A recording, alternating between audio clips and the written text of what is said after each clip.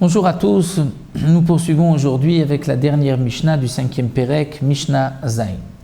Nous avons vu dans les Mishnayot précédents l'ordre de la Avodat Hayom, du service du jour de Yom Kippourim,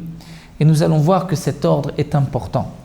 Le Tana de la Mishnah nous dit Kol Maaseh Yom Kippourim, toute la Avodat de Yom Kippourim, à Amour, qui a été dit à la Seder,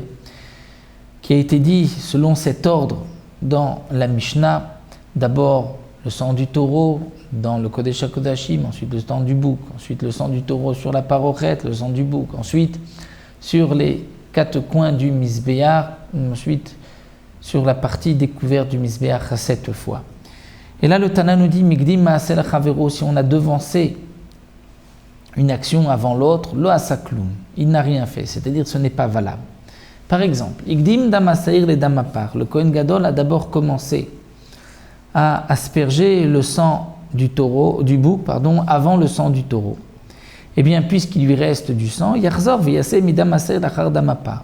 Une fois qu'il a terminé avec le sang du taureau, il recommence avec le sang du saïr, du bouc, comme s'il n'avait pas encore aspergé du sang du bouc. V'imat shelo gamar et amatanot shebifnim. Et dans le cas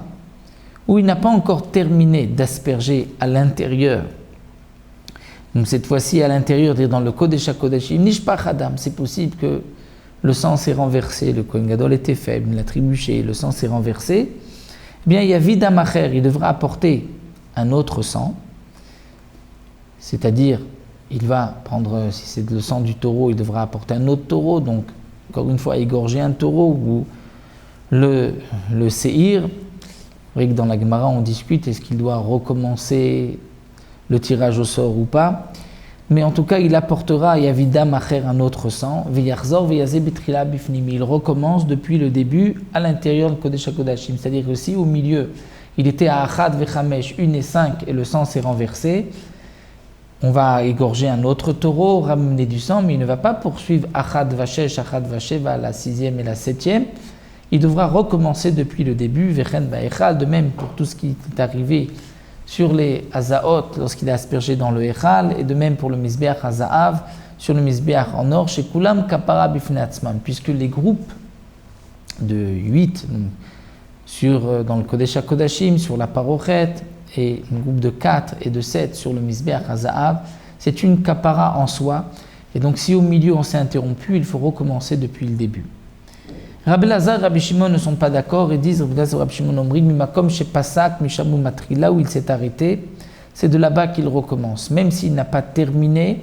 il n'est pas nécessaire de recommencer depuis le début, il termine ce qu'il avait commencé. Mais la halakha n'est pas comme Rabbi Lazar et Rabbi Shimon, mais comme Tanakama, il faudra à chaque fois reprendre depuis le début. Donc le début des Hazaot dans le Kodesh HaKodashim ou sur la Parochet ou sur le Misbeach, tout dépendra à quel moment donc, le sang s'est renversé. Donc nous voyons que l'ordre qui a été mentionné dans la Mishnah est important. On ne peut pas changer cet ordre. Donc là, nous avons terminé avec les Hazaot du taureau et du bouc. Et nous verrons par la suite, on reprendra dans le 6e Pérek, la mitzvah du Seir HaMishteler, du bouc, la Azazel, et nous reviendrons à cette mitzvah aussi du Goral, et dans le cas où un des deux boucs est mort, est-ce qu'on doit recommencer le tirage au sort ou pas? Donc ça, nous verrons dans le 6e Pérek, Mizrat Hashem.